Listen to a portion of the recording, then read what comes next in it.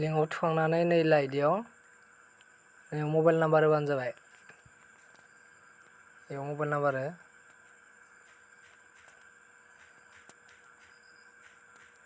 ओमफ्राय बेयाव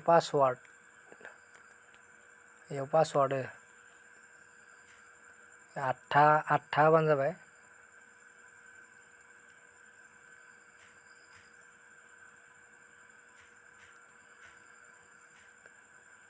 ओमफ्राय नै @ दङ ना इयाव ए रखम इखौबो होफा ओमफ्राय 1 हो जायखिजाया नोंनि मोनथाम बा मोनब्रै मोनबा 6ता ओरै लिरनानै माबा मोनसे @ होफानानै 1 2 3 ओरै होफानो हागोन। ओमफ्राय इखौनो आरो नोङो फिर नैयाव कनफार्माव होफिनबानो जाबाय। कनफार्म पासवार्डआव मा थुदोंमोन नों सायाव बेखौ होफिननानै ओमफ्राय नैयाव इखौ हले गोसोआव लाखिथारनांगोन दे। इखौबो लगिनखौबो गोसोआव थानांगोन पासवार्डखौ ओमफ्राय इखौबो गोसोआव लाखिथारनांगोन। उइथड्र पासवार्डखौ नों फैसा हाबबा इदोसो बननो हागोन ना। इयाव 6ता होबानो जागोन। जायखिजाया नोंनि नामा जुदि 6तानिबा 6ता हो बा 6तानि उनाव बाराबाबो नोङो बिदिनो जायखिजाया होबानो जाबाय आरो 6ताल' होबानो जाबाय। बेयाव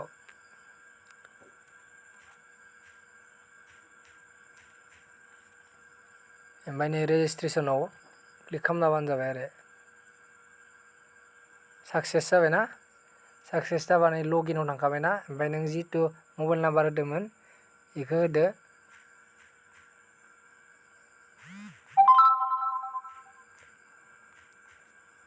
ओमफ्राय पासवार्ड नोङो फार्स्टआव जि पासवार्डखौ होदोंमोन बेखौ होबानो जाबाय।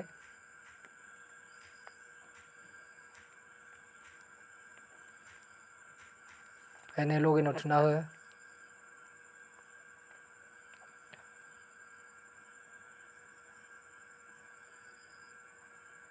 लगिनाव थुखांनानै माना मेन माबाया एप्सआ खुलिबाय इयो लिंकआ। ओमफ्राय नै लाइयाव दोङो VIP 1आव दोङो नै नोङो 499नि रिसार्ज खालामोबा खानसेयाव मोनगोन नों 115 ताका 100 दिननि थाखाय। ओमफ्राय 100 दिनाव नों टटेल फैसा मोनगोन 11,500। ओमफ्राय बेयाव 20 बार नोङो इनभेस्ट खालामनो हागोन। नों 499खौ 20 बार खालामनो हागोन आरो नों खेबसे 499 बानायनाया 100 दिननि थाखाय थाखाबाय इयो। बेखौ नोङो बारे बानायबाय थानो लागा माबा गैला आरो प्रयजन गैला। ओमफ्राय नै सिंथाराव दोङो 1790 ताका 1790 ताकाखौबो नोङो इनो 100 दिन मोनगोन आरो 420 ताका 420 ताकाके टेक्स दाननानै नोङो माबा मोनगोन आरो इयाव 378K मोनगोन आरो टेक्स दानो 10% टेक्स दाननानै एसेबां मोनो एखेयानो इबो। ओमफ्राय नै सिंनिया आरो 4890 ताका दोङो। एसेबां रिक्स लानाङा एसेबां गोदोरखौ बानायनाङा। बानायथारोबाबो नोङो 1790 ताकाखौ बानाय नङाबा फार्स्टनिखौ बानाय।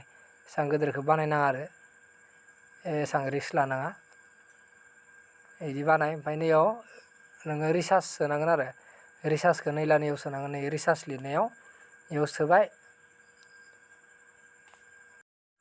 ओमफ्राय बे रिसार्ज अपसनाव थुना होनाय लोगो लोगोनो नै बिदि फैगोन 499 1790 ताका बिदि फैगोन। ओमफ्राय 4890 ताका ओमफ्राय जायखिजाया नोङो नै 499खौ बानायबा 499आव थुबानो जाबाय। 1790 ताका बानायबा 1790 ताकायाव थुबानो जाबाय। ओरै थुबानो जागोन बा लिरनाबो जायो इयाव। ओमफ्राय नैयाव पे नाउ 1 दङ नैयाव रिसार्ज टाइप लिरनाय दङ इयाव नोङो फार्स्टनिखौ थुबाबो जागोन।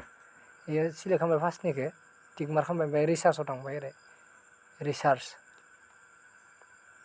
रिसार्जआव थांबा नोङो रिडाइरेक्ट खालामखागोन। इयाव नोङो फनपेदो बानायो ना QR क'डदो बानायो ना UPI जायखिजाया पेटिएमदो बानायो ना मादो बानायो बेयाव बानायनो हागोन।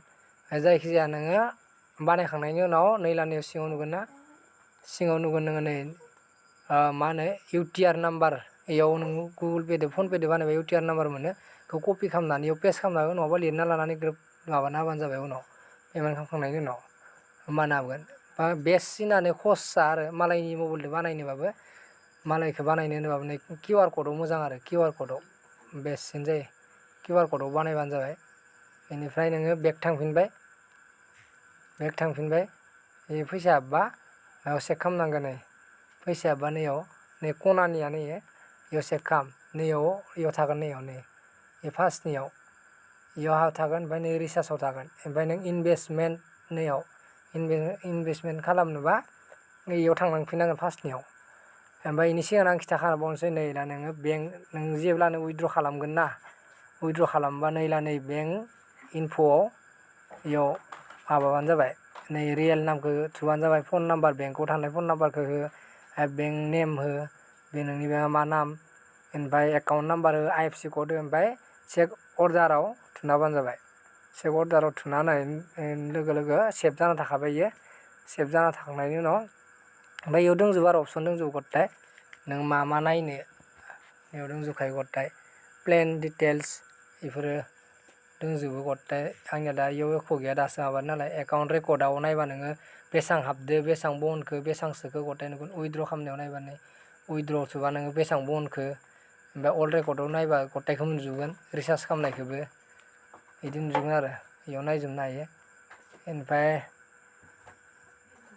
आं बेक थांफिनसै बेक थांफिननानै नै नोङो इनभेस्ट खालामबा दा आङो बेक फैफिनबाय नै बेक फैफिननानै नै लानायाव नोङो इनभेस्ट नावआव नोङो बेसेबांनि बानायगोन इयाव नों इनभेस्ट नावआव थुना होबानो जाबाय होमबानिया नैयाव नों इनभेस्ट खालामनाया जादोंबा नैयाव 1 ओंखारगोन नै 20 दि दोङो 20 नि खाथियाव 0 दङ ना इयाव 1 ओंखारगोन दा नों 1700 नि खालामबाबो बिदिनो नुगोन नै 20 दि दोङो 20 नि खाथियाव 0 थानाया इयाव 1 ओंखारगोन खेबसे इनभेस्ट खालामबायबा खेबसेल' खालामखागोन नालाय इयाव खेबसे नुखागोन थारमाने ओमफ्राय नोङो नोंनि आन्दाराव खैजोन मानसि सोदो बा नोंनि लिंकदो खैजोन मानसि हाबदो नै लानाय लेभेल 1 आव नुजागोन इयाव लारि नुजागोन मबाइल नाम्बारा कमप्लिट खिथिनाय नङा फार्स्टनि मोनथाम उननि मोनथाम ओरै खिथिगोन आरो इयाव लेभेल 1 आव लारि थाजोबगोन गथाय मुङाव थांफिनबाय थांनानै नै उइथड्र थुबायना उइथड्र थुनानै नै केस उइथड्रआव नोङो एमाउन्टखौ थुबानो जाबाय फैसाखौ बेसेबां दङमोन नोंनियाव 115 थाखा 499 नि सोदोबा 115 थाखा थाङो नालाय इयाव 115 थाखा थुबाय 115 ओमफ्राय नैयाव नोङो जिथु पासवार्ड होदोंमोन उइथड्र खालामनाय पासवार्ड होनाया उइथड्र पासवार्ड होनाया बेखौ थुबानो जाबाय आं दा आंनिखौ थुनानै खिथिनोसै ओरैनो थुबाय ओमफ्राय इयाव उइथड्र थुना होबाय आंनिया दा नै फैसा गैया नालाय इखौ माबा फैसा गैयै खिथिदो इयाव थुना होबानो नोंनिया अट'मेटिक थाहैखाबाय इयाव ओमफ्राय नोङो एख' खालामनांला बेक फैफिनलायदो एख' खालामनांला नोङो ओरैनो बना दोनदो ओमफ्राय नोंनि एकाउन्टआव 1 घन्टा बा 2 घन्टानि गेजेराव हाबना थाहैगोन बेखौ नों चेक खालामना नायबानो जाबाय हाबदों ना हाबाखै ओमफ्राय नोङो हाबदों ना हाबाखै चेक खालामफिननोबो हागोन बेनि उनाव नैयावबो खालामनो हागोन इयाव नायनानै नै बेंक एकाउन्ट रेकर्डआव नै एकाउन्ट रेकर्ड दङ ना एकाउन्ट रेकर्डआव खालामबानो जाबाय होमबाना नोङो इयाव हाबदों ना हाबाखै नुगोन वाइटिंआव थादोंबा हाबथ'वाखै साक्सेस खिथिबा हाबदो बेनो आरो इयाव नुगोन नोङो लारि नुखागोन इयाव बेखिनियानो आरो